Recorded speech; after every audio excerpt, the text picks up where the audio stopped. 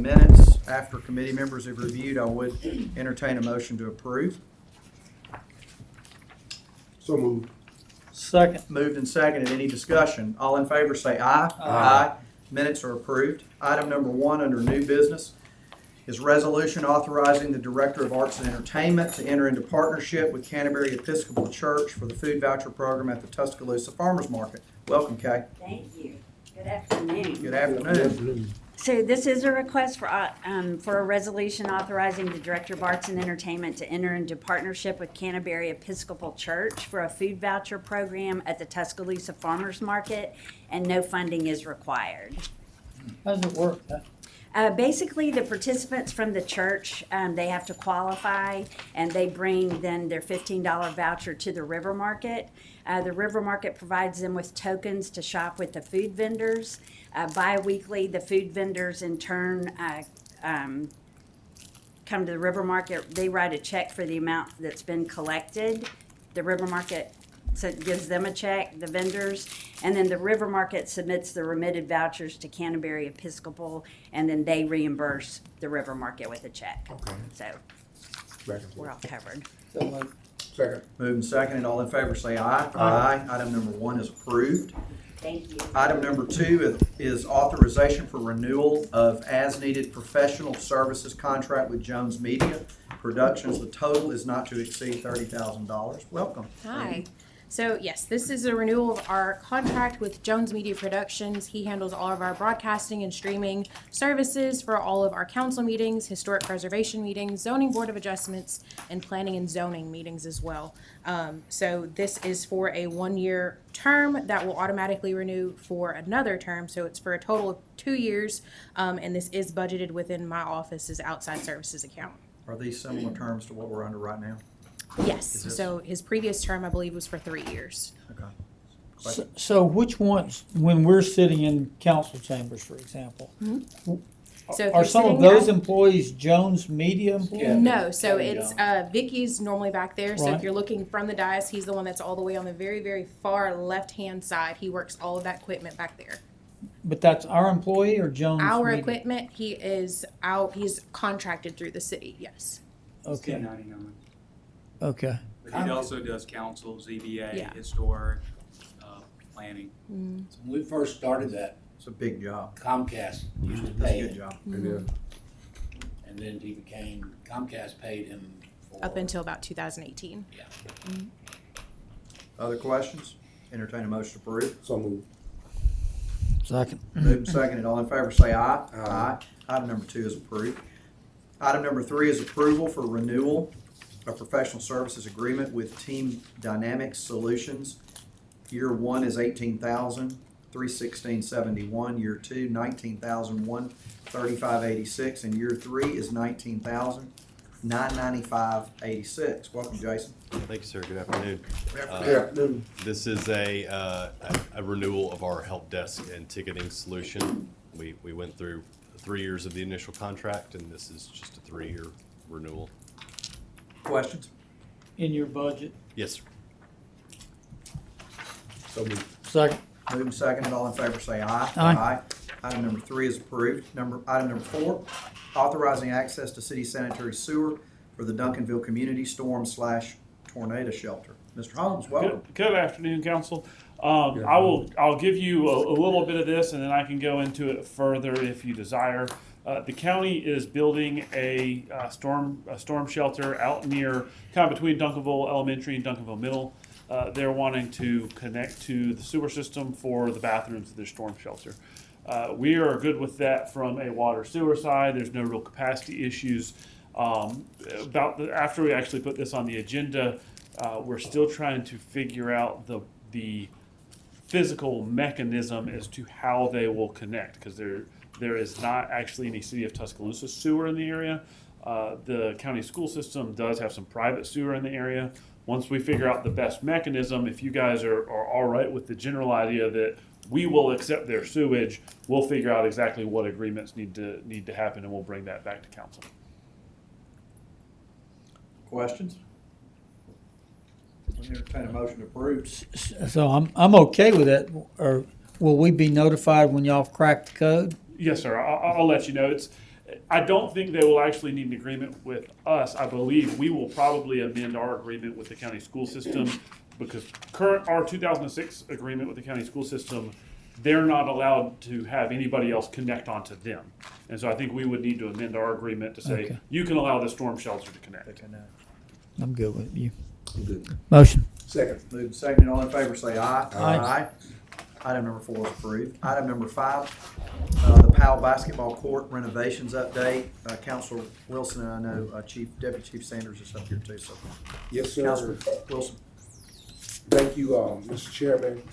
This has been a project that has been under Project Unity, and Deputy Chief and I have talked about it, and I want to turn it over to him to give further updates on where we are, what we're trying to do, and we want to go ahead on and get this taken care of and get this done. Good afternoon, Council, Mayor. Okay. I know we brought this up several months ago by the basketball court that's adjacent to the PAL gym off of MLK. This is a project that's gonna be funded by federal grants. The project is total of $331,000. $100,000 will be coming from the city, which the vote from y'all to go ahead and get the project started. This is to help kids. We're trying to stop the violence and give them more activities in the city to do. I think this will be a wonderful project, and to have the city of Tuscaloosa's name on it, I think it's great. Where is it? Right behind Martin Luther King Elementary School. We broke ground. It's around an that. We broke- old we just basketball broke ground. court, so we're renovating the old basketball court. It's an indoor gymnasium? No, we'll be an outside basketball court, and we broke ground a couple of months ago. I think this is part of the Project Unity initiative, and breaking ground and not doing anything for so long. Constituents had been complaining and calling about the grass, and once we start turning some dirt, we want to keep that dirt turning. I think for clarification, we haven't broken ground on the project. It's gonna be a combination of there's a recommendation in my general fund budget. Right. Then we also are applying federal funds. The property, and mistake me if I'm wrong, is actually owned by the school board itself.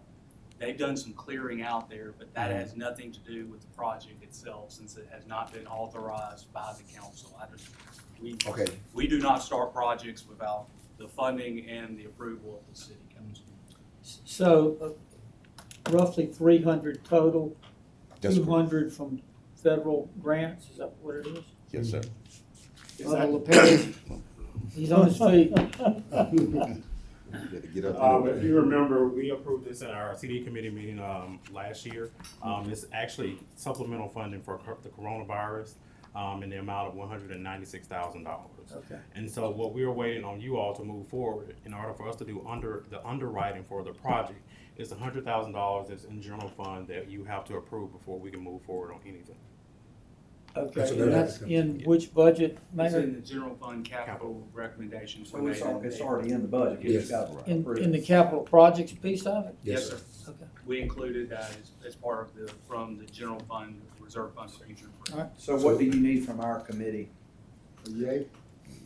What I wanted to bring it to. Thank you, Councilman I Lennox. mean, We are spending money here. Yes, Mr. There's Mayor. no action required Right. if the council approves, if the finance committee and council approves That's the right. funding, then we will. So begin. capital projects budget, then the money's there. Chief, is this opposite the Joe Powell gym? Yes, sir, right across the street from the PAL gym. Okay, Right across the street. I know exactly where you are then. Yes, sir. That sounds good. It's So gonna other be super. questions? Thank you, too. This is just informational. Thank y'all. All right, thank you. Now, item number 6, the item that we've all been waiting for a while.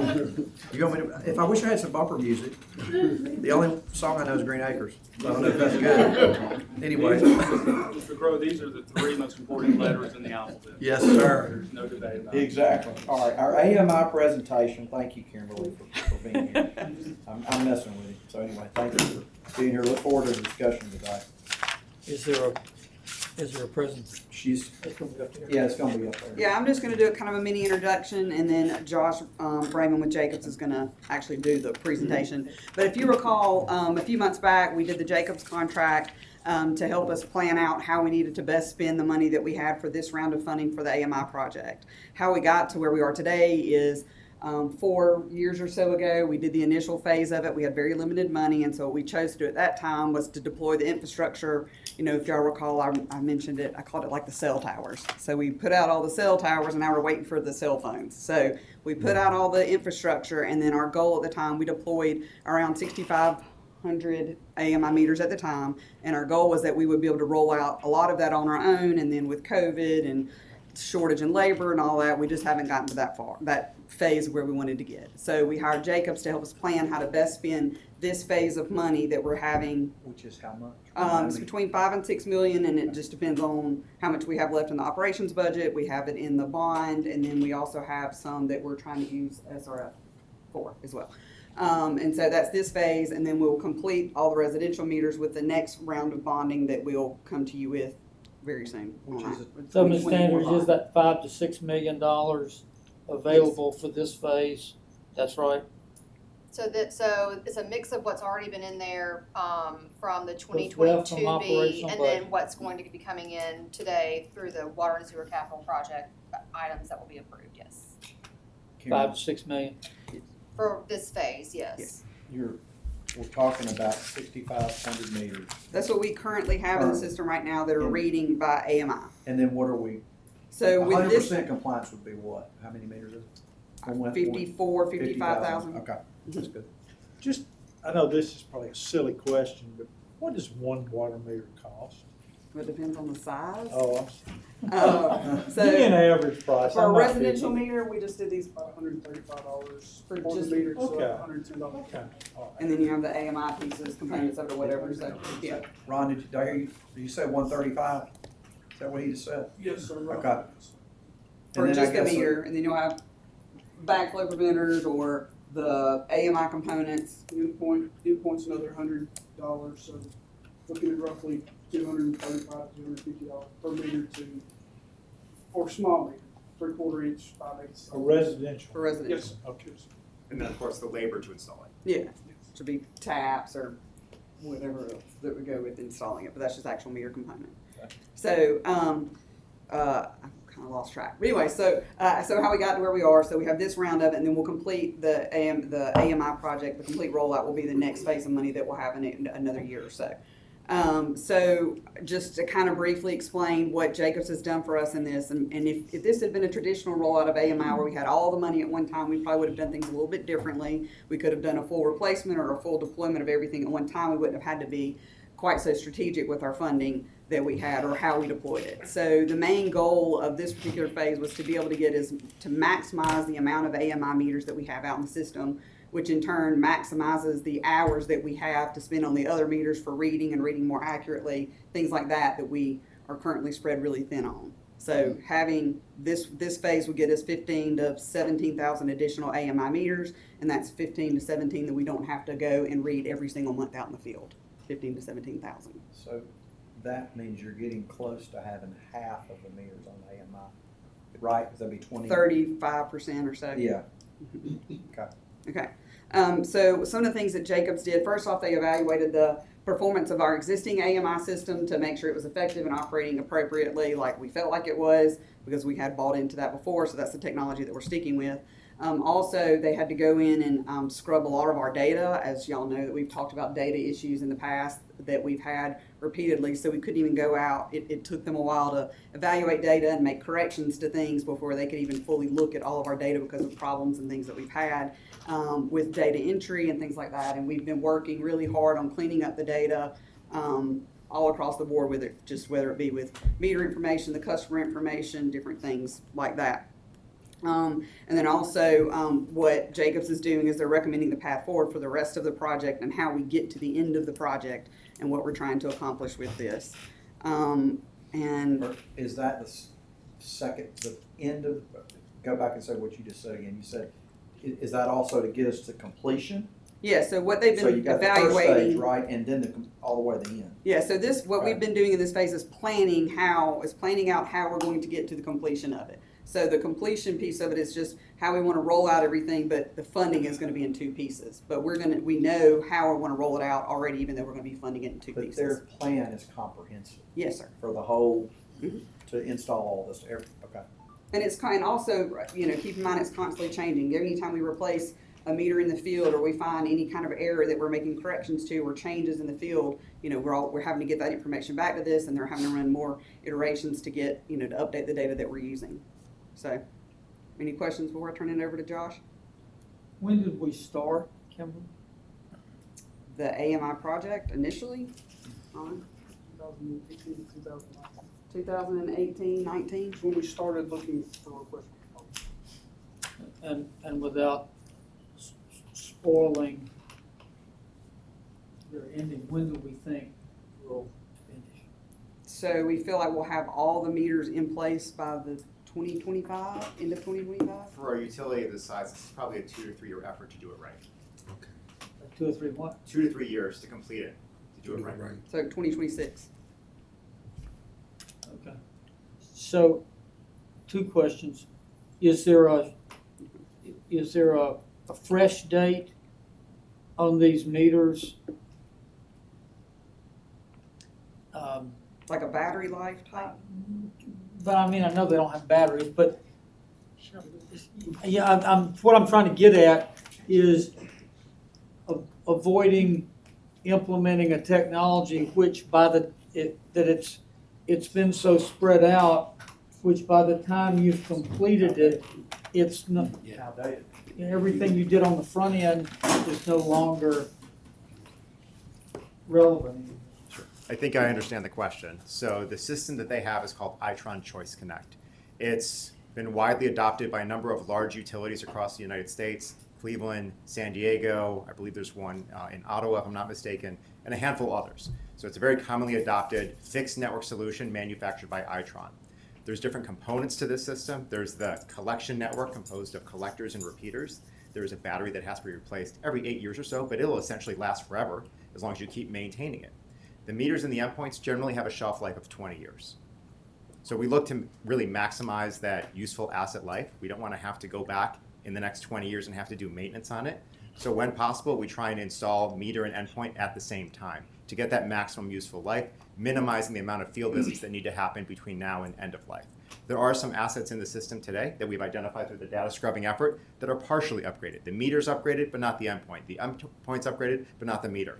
We will have to visit those to get them fully on AMI. But I think getting back to your question, what I want to emphasize is these assets are designed to last 20 years in the field, the meters and the endpoints. They've been proven on other large systems. And in fact, this particular solution that you have has already been demonstrated to last well over 12 years, just because it's only 12 years old, without any major battery issues so far. So very promising solution, very robust solution. Okay. And last question, Kimberly, and then I'll listen to the rest of the presentation. So you have to have a personnel infrastructure in place to read meters, personnel, vehicles, right? Yes. Over the course of 2018 to 2026, the number of meters that you're reading is doing this, right? What adjustments are made to that infrastructure, both personnel and vehicles and whatever else, that's in place to read 55,000 that now is only required to read 48,500, now 32,000. Now, how does that accordion adjust? Well, I mean, for starters, as we've discussed multiple times, we've struggled to even keep meter readers in place. So on a full staff of just direct meter readers, we have 14, and that has recently increased. We were at 10 or 12 over the last year or so, and we've added a few positions due to the age of some of the drive-by stuff or having to read more manually and things like that. I do feel like, or we have talked about, and you will see a reduction in the number of meter readers that are needed, but they will start transitioning to meter maintenance technicians. They'll be learning more of the technology. There's different things that can happen in the field that might need to be replaced. There's still going to be situations where, we're still every day, learning more and more about the system and things that we fault or that we didn't even know were there, that we're finding that maybe haven't been billed correctly. And so there's different pieces that are related to this whole puzzle that most of these employees will fall back into a different piece in that, but there will still be field personnel, will still be required vehicles for, going back and forth in the system, doing replacements, because we'll have a full maintenance program related to these as well, for testing, for the large meters, for other things like that. So there'll be a transition to continue using those employees. We won't just be cutting out And employees for this. will one of you brief us in the course of this? What's the mechanism for ensuring the integrity of the reading, so that you know, how do you know what you're doing is right? Sure. Thank you, sir, for the question. Yeah. Let me go ahead and add on to the Yeah, previous go ahead. answer and then address that one if that's okay. What happens with AMI is we're going to change the way meter reading works. Right now, it's very reactive. We have a cycle and a route that's due for reading, and we hope we get as many meter reads as possible with the limited staff that we have, which we know is a problem today. And any problems that happen as a result of that, any inaccurate meter reads, we deal with after the fact. That completely changes with AMI. We shift the organization to be proactive. We're looking ahead of the billing window opening to identify problems and fix those prior to the billing window even opening and the billing read being needed. That results in accurate reads. So those resources that are limited now, we need them to help maintain this AMI system, these meters and these endpoints, to make sure the reads that go out are as accurate as possible. That means there's probably things that are going on today that aren't on AMI that we don't know about. It could be tampers. It could be cut cables. It could be other events that happen that we don't know about until it's time to roll that truck. I hope that answers the first question of what we're going to do with these resources with AMI compared to what we're doing today. 4 years from now, you read the meter at number 2 Montes Drive. Mhm. It's $48.70. How do you know that's right? Is there a spot check? Is there a gross measurement? How do we know the meter read's accurate? How do we and how do we know that what- meter read belongs to that customer? Well, but more generally, what ensures the accuracy of the reading? How do we know? Sure. How do we know we're getting it or we're not getting it? The way that technology works today with the meters that have been installed and purchased, connected to these endpoints, it's called encoding technology. What that means is anytime that endpoint is connected to the register, it instantly knows the reading. It can't mistake it. So if that endpoint is connected correctly to the meter and there's no events or alarms and alerts that our staff needs to maintain, that reading is correct. There's also checks and balances we put in place during the implementation phase through standard operating procedures to make sure when the installer does change out that meter, they're looking at the right meter and not the neighbor's meter. Because that is, unfortunately, some things that go wrong. But we do these projects around the country. I've been doing these for 13 years, probably over 4 million meters so far. The way these projects go successfully are by bringing the correct procedures that help avoid those mistakes, avoid And working at on the the wrong macro meter. level, it just occurs to, I assume we know how much water we send out, right? So we know what it should look like when we've metered it, right? We do, to the most part. There are some losses in the system through real losses and non-revenue water, but certainly with the AMI technology, we understand where that water is going at any given point, much more accurate than we do today. Thank you for the question. Josh, I'm thinking about, in order to know kind of where you are, we've had to go through a process of evaluating all of our current meters. Because I know we're looking for things that are broken, we're looking for things that maybe aren't being picked up, right? We're looking, talk a little bit about, before you propose something, you gotta know where we are, what we've got. How did that process go? And then also, I mean, what percentage, have we pretty much, do we feel comfortable we've gotten a very high percentage of all the meters in the city have been looked at and being mapped to look at what maybe is wrong or needs to be fixed or whatever? Talk a little bit about that process. What I can tell you that we did as part of our assessment is look at the performance of the billing system so far as it relates to the AMI meters that are installed. You have this huge advantage before you undertake the next phase of the project that you've already done this before. And you have real life data to share with Jacobs and with you on what things are going to be like in the future state of AMI. Most utilities don't have that opportunity. It's a blind jump to say, we hope this technology works. For you, what we've identified is that your meters are working excellent, best in class for ones that are upgraded to AMI. Certainly the ones that are not on AMI, there's room for improvement, but we can see what happens in terms of increased accurate bills going out, in terms of reliability of the meters, when we look at that real data set that we have in the billing system today, and it looks really good. So most of the billing problems that people complain to us about are not AMI related. No, Yes. no, sir, no. So that's where the problem is. Those We're bills trying are to fix. accurate, those bills aren't being estimated, they're going out on time, yeah. Other questions? Before we even. And then we'll really get started. We've got to get the presentation and then we're gonna have a bunch of other questions. So anyway. Yeah, right. I think I might wait till after the Exactly. presentation. All right. No, thank you. Excellent, thank you. So our agenda for today, and I'll try and go brief because we had a great introduction, is I will be covering an overview of AMI benefits very briefly because I've spoken about some, a status of the 6,500 upgrades to date. I will be speaking about the phased approach, the implementation, the path forward, and how we're going to be engaging with customers.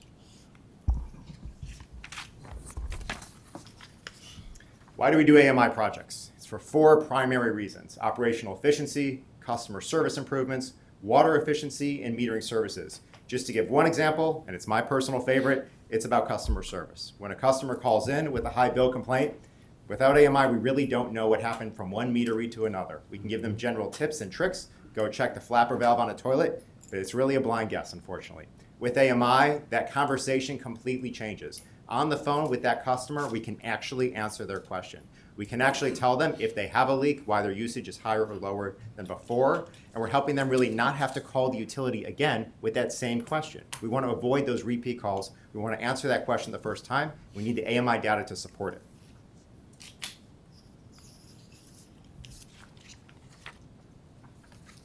We covered the numbers briefly, but so far there are 4,400 plus AMI meters upgraded to date. The network is online, the collectors and repeaters. We have 6,500 endpoints installed. The difference between those two numbers, if I can get ahead of you with that question, that's because we have some endpoints installed where we do still need to change out the meter. So there's different job types that we're going to be doing in the field. Sometimes we're going to change out the meter, sometimes just endpoint, sometimes all of the above. That's the difference between the 4,400 and the 6,500. The software solution is in place today and providing accurate reads to the billing system, And as I mentioned in the introduction, so far your meters that have been upgraded 6,500 with that endpoint, they're providing 99+% actual reads every single billing cycle. That's best in class. That's what utilities are looking for. Moving forward with this project, we're going to be looking to take on phase 2 in the fall or winter of 2023, followed by phase 3 in 2024. Phase 2 will include 69 routes, 18,000 plus meters, about 35% of the population. And this was primarily identified to free up meter reading resources, as Kimberly mentioned. That's what we're trying to do. We're short-staffed right now. We don't have enough people to keep up. So what can we do to get those resources to do things more efficiently? It's by focusing on phase 2. On the next slide, I'll talk through the methodology of what went into phase 2. For phase 3, that's the remaining of the residential small meters that are primarily manually read today. This slide is about how did we go about identifying what should be a part of phase 2. The approach for determining where phase 2 occurs was really comprehensive. It was an iterative process with Jacobs working closely with the city. It began with data requests on the assets installed, ones that are partially upgraded versus fully upgraded, and assessment on the operations to date. The routes were picked to maximize AMI saturation, freeing up meter readers to do other things. This began by working with the meter population file, identifying the routes that are partially upgraded, doing summations on the different job types, etc. The routes basically that were highest percent upgraded, let's finish them up. When those days come up for meter reading, they can do something else if they're short-staffed. We don't need to send them out there to manually read those meters. This approach yielded installations across all the council districts as a result.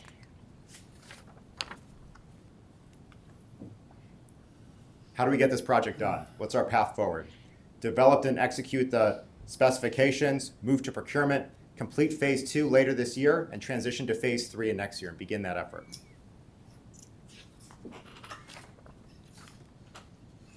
These projects are very different than most engineering projects that Jacobs does and you may do.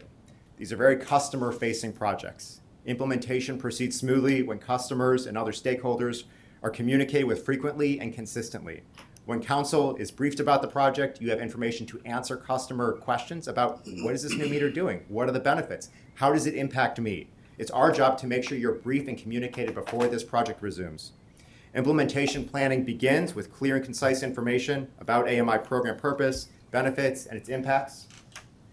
We need to provide you with easy to access information on questions or concerns that might have from our past experience on other projects. We do this all over the country. We're not starting from scratch. We will tell you all of the FAQs. We'll tell you all of the other issues that we've ever seen and how to go about addressing those, how to answer those questions.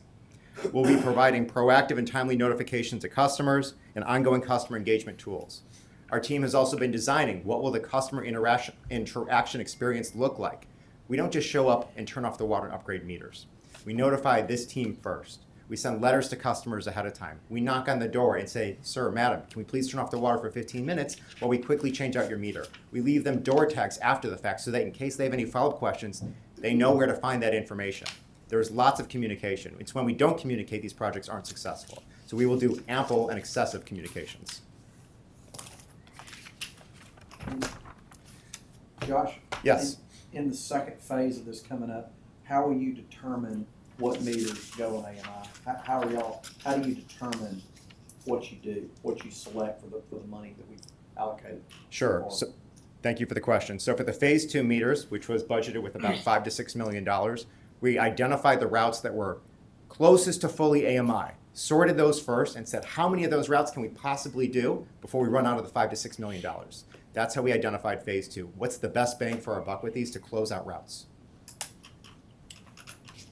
When you said the bang of your buck, what about those particular meters that have been so outdated, but you found the other meters who are, closer to AMI? So what do you do about those? All the meters need to be upgraded. It's not a matter of these and not those. It's just a Right. matter of where do we start based on funding. Phase 3 is planned to start in the spring of next year. I can't answer your question today and say that's necessarily all the old ones or the new ones. Right. But even if we don't get to in phase 2 starting end of this year, we're going to start with it in spring of next year.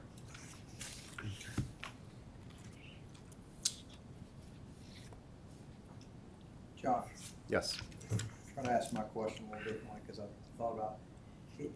In order to figure out where you are, I know we know percentages compared to meters, but we've basically I know our staff and group has been really trying to search for problems. So you've got to evaluate the whole system before you determine what you said, which kind of makes sense to me to do, right? Because you're trying to complete that path where you already have the AMI in place to try to make that efficiency, is what you're basically saying. Correct.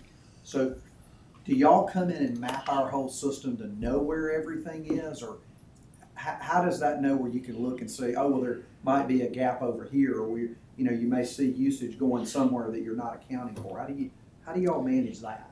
Can I ask a clarifying question? Yes. Are you asking more about deployment planning or about operating the system? Operating the system. Okay. I mean, you've got to understand what is all involved in our system, right, before you evaluate this. But you're looking at all of these meters. I know staff is. Y'all are looking at this to see where we got problems, right? Yes. So we've identified which meters have not resulted in the best billing performance, which ones could be improved. We've looked at the routes that have been partially upgraded or fully upgraded. We've looked at the different mix of old meters versus new meters, old endpoints versus no endpoints, and other assets that need to be upgraded. So all of the meters are going to be upgraded in either phase 2 or phase 3 for the small meters. But in terms of operating and knowing how to look at the system once it's up and running, which we are doing today, it really requires a new way of running the utility. It really requires a new way of looking at the billing cycles prior to the meter reading window opening, knowing what's coming in from the plants and the pump stations and what's being consumed. So it's really a bit of a mixed answer, I think, to address your question of there's a lot of ongoing deployment planning plus operations while we're running the system. The nice thing about AMI projects, if I could, is it's not like overnight we just flip a switch. This isn't a go live for a software system. This is a slow transition. There's only so many meters you can install a day doing these projects correctly. So as part of that, there's a learning curve for utility staff to know how to correctly operate these systems, but also a chance for us to always make sure we're identifying the biggest bang for the buck earlier in the project. So Josh, along those lines of operations, connect, disconnect, will persons be manually, let's just say they manually forgot to pay their bill, will they be manually disconnected, or will it be controlled in a centralized location? Good question. There is technology out there today that could remotely connect and reconnect a valve. That is currently not the solution that is in place today. There is an option to add that if there is a need, but today that's currently not in scope. There is a business change that's available that we recommend utilities take to still get the efficiency of AMI operations. For example, let's say, using your example, someone gets disconnected for non-payment. Yes, sir. Okay. Once that customer is turned off, we can remotely read the system in case they turn themselves back on. We don't need to send meter readers out there to look at a meter and make sure it's off month after month after month. That's not a valuable resource. That's not a good use of time once we have AMI. Okay. So we can save that labor cost by using the AMI technology. But there is technology out there today that can do remote disconnect technology. Thank you. You're welcome. And connect as well, right? Yes. Okay. Kimberly, I would ask that you guys keep coming back and kind of updating us as the project continues to kind of move forward every few months. Kind of give us an update of where we are on everything, because it's, I mean, the quicker we can get things on AMI, sounds to me like the better. So just, I guess, to the next phase of where we go with this, so they'll be working on, as he said, the specifications to get the contracts and stuff ready for the contractor and with USS and all of that. And so we feel like that will be in the September-October timeframe, and we'll come back with that. But prior to that, you'll have the second phase of Jacob's contract for the CE&I portion of that. So that way they're doing the specifications, the bidding part of it, the contract documents, and then the managing the construction phase of it. So that will come soon as well. Is there anything else you need from this committee to support you? I think that, I mean, just if you have questions, please ask. There's a lot of false information out there that just isn't accurate. And if you have questions about it, or you hear things that you feel like are negative towards us, to please reach out to us and let us clarify. Because we believe in what we're doing. We've been working on it for a while. We have our team here, our AMI team here with the city is here. We work on this, I mean, pieces of this every single day. And it has helped us make several corrections. Several is an understatement, but a lot of corrections that customers are already seeing out in the field just by having Jacobs help us analyze data, review data, and things like that. So even though we haven't directly started deploying new AMI as part of this project, we are finding things already because of this part of the project. Which is good. Yes. I've got to ask this question. I thought about this morning, but in previous lives, I used to work in natural gas business. And when I worked for a natural gas pipeline, you knew what was going in the pipe, and then you look at what's going out of the pipe, and then you had an unaccounted for number, whatever that is. So I would guess that we have a pretty good idea of what goes into our system, probably better than what's coming out and being billed, correct? That's correct. But how are you addressing that piece of it? Because that's lost revenue, and of course, we need that revenue to run our system, but I mean, are y'all addressing that in this issue too? I mean, yes, and that's also a piece that we actually have to report to ADM every month based on what we produce versus what we actually bill for. But yes, and so we're improving that every month. We're getting accounts corrected and meters that weren't properly set up correctly in the system, those are getting corrected. And so we are already working towards reducing that number or the gap. And AMI will help us get that much closer to it. What is that gap usually? So I hate saying this out loud. So right now it's 25 to 30%. And that could be things like also, and again, this is the difference between what is produced at the water treatment plants versus what is billed. So there also is usage that is not billed because it's for things like flushing meters or when we do street sweeping and we use water for that, when we have, if there's a major break somewhere, things like that. So there is a certain percentage of that that also goes into that. What is the goal? Is it 10%? Is it? I would love to be at 10%, but a realistic goal would be 18 to 20%. And that's probably an industry standard type, type thing? Mm-hmm. Okay. Thank you. Any other questions? Gosh, thank you. I would love to talk about water audits some more, but I think we've used up all of our time, so. If you'll ever have me back, I'd love to talk about You that. have. We will, you did a good job. We'll drag you back. All right, thank If there's you. something- If there's something you want to share with us, please come back. That's good, but we appreciate Thank you very much. y'all's hard work. That's an important project, and I know it's a project that has been worked on for a while. I'm just glad to see we're on a path to cleaning up a lot of these old issues, which is always good. Committee members, any other questions or comments? No, sir. Our next Public Projects Committee meeting will be July 11th. We will not meet next week because of the July 4th holiday. I would entertain a motion to adjourn. So moved. Second. Moved and seconded. All in favor say aye. Aye. Aye.